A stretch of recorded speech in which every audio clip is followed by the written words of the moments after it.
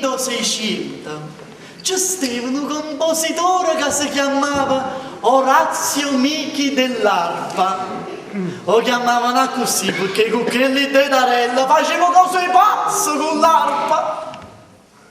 Isso pensai che pura Maronna avaria cantata una ninna nanna allo creatore suo.